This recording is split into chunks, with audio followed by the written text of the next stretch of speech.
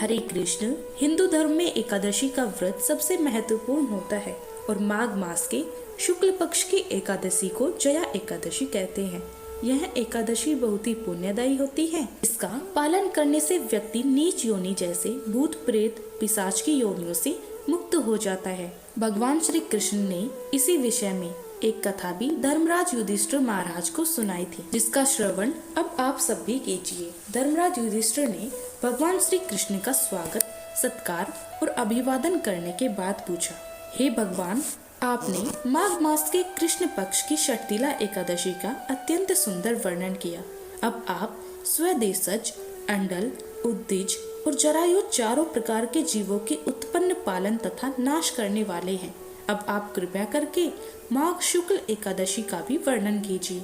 इसका क्या नाम है?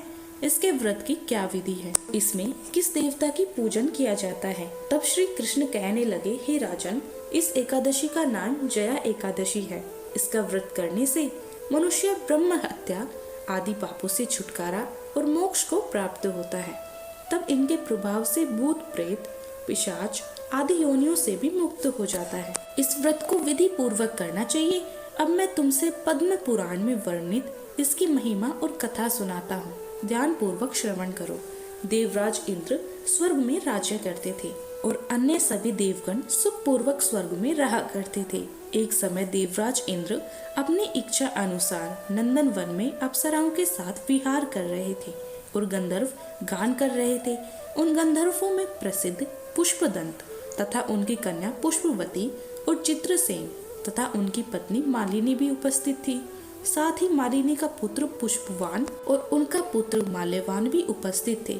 पुष्पवती गंधर्व कन्या माल्यवान को देखकर उस पर मोहित हो गई और माल्यवान पर काम बाण चलाने लगी। उसने अपने रूप, लावण्य और हाव भाव से माल्यवान को अपने वश में कर लिया। हे राजन, वह पुष्पवती अत्यंत सुंदर थी। अब वे इंद्र को प्रसन्न करने के लिए गान करने लगे, परंतु परस्पर मोहित हो जाने के कारण उनका चित्त भ्रमित हो गया था।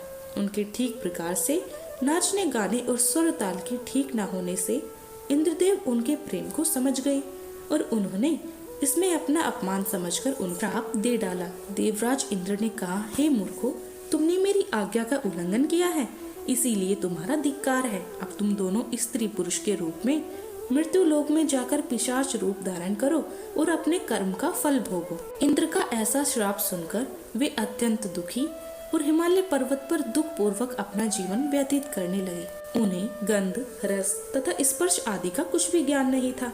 वहाँ उनको महान दुख मिल रहे थे और उन्हें एक क्षण के लिए भी निद्रा नहीं आती थी। उस समय अत्यंत शीत था, जिससे उनके रोंगटे खड़े रहते और मारे शीत के दांत बजते रहते। एक दिन पिशाच ने अपनी पत्नी से कहा कि पिछले जन्म में हमने ऐसे कौन से पाप किए थे जिससे हमको यह दुखदायी पिशाच योनि प्राप्त हुई। इस पिशाच योनि से तो नरक के दुख सहना ही उत्तम है। अब आप किसी प्रकार का पाप नहीं करना चाहिए। इस प्रकार विचार करते हुए वे अपने दिन व्यतीत कर रहे थे। तभी देव योग से माघ मास के शुक्ल पक्ष की जया एकादशी नामक एकादशी आई। उस दिन उन दोनों ने कुछ भी भोजन नहीं किया और न ही कोई पाप कर्म किए, केवल फल फूल खाकर ही दिन बिताया। उस सायंकाल के समय महान दुख से पीपल के वृक्ष के नीचे बैठ गए। उस समय सूर्य भगवान अस्त हो रहे थे। उस रात को अत्यंत ठंड थी, जिस कारण वे दोनों शीत के मारे अति दुखी होकर मृतक के समान आपस में चिपटे हुए पड़ रहे। उस रात्रि को उनको निंद्रा भी नहीं आई। श्री कृष्ण कहते हैं, हे राजन, जया एकादशी के उपवास और रात्रि जागरण के प्रभाव से दूसरे दिन प्रातः होते हैं उनकी पिशाच योनि छूट गई। अत्यंत सुंदर गंधर्व और अप्सरा की देह धारण कर सुंदर वस्त्र आभूषण से अलंकृत होकर उन दोनों ने स्वर्ग लोक को प्रस्थान किया। उस समय आकाश में देवता उनकी स्तुति करते हुए पुष्प वर्षा करने लगे। फिर स्वर्ग लोक में जाकर इन दोनों ने देवराज इंद्र को प्रणाम किया। इंद्र इनको अपने पहले ही रूप में देखकर अत्यंत आश्चर्यचकित हुए और पूछने लगे कि तुमने अपनी पिशाच योनि से किस तरह मुक्ति पाई, सो अब बतलाओ और सब कुछ बताओ।